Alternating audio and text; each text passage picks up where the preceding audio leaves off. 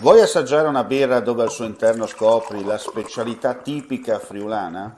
Lumi Beer, il prodotto ricavato in 20 ettari di terreno coltivato orzodistico, biodiversità, performance ambientale. Lumi Beer nelle sue 5 versioni disponibili, 4 per consumo veloce e dissetante e la versione Magnum per intenditori. Lumi Beer si abbina a qualsiasi palato. Lumi Beer è un prodotto esclusivo Azienda Agricola Pancera, il buon seme, i buoni frutti.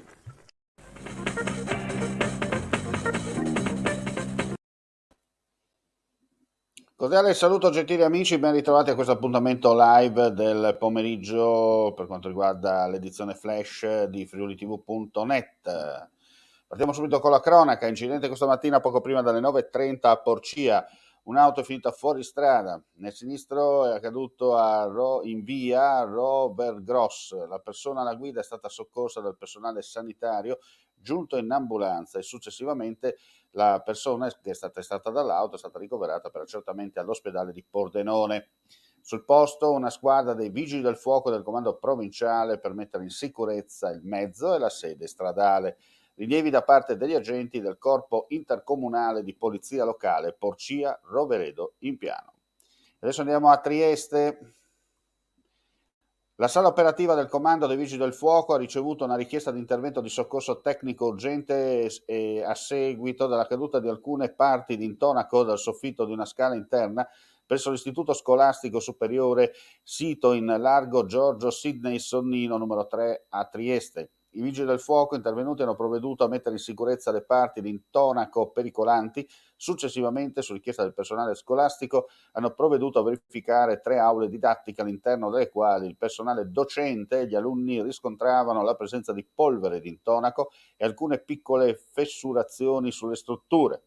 Al fine di garantire la massima sicurezza per gli studenti e il personale scolastico, i vigili del fuoco, a titolo precauzionale, provvedevano ad interdire l'accesso alle 3 aule e l'utilizzo della scala interessata dal distacco dell'intonaco fino alla verifica da parte dei tecnici abilitati e la totale messa in sicurezza dei manufatti.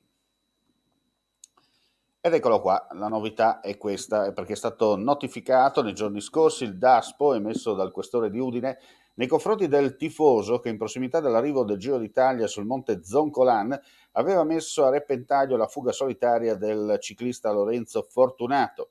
Chiamato a giustificarsi, l'uomo, che pure di fatto aveva messo le proprie responsabilità con delle pubbliche scuse e con una raccolta di fondi, ha presentato alcune memorie difensive in cui si tendeva a minimizzare il gesto da lui ritenuto pressoché innocuo.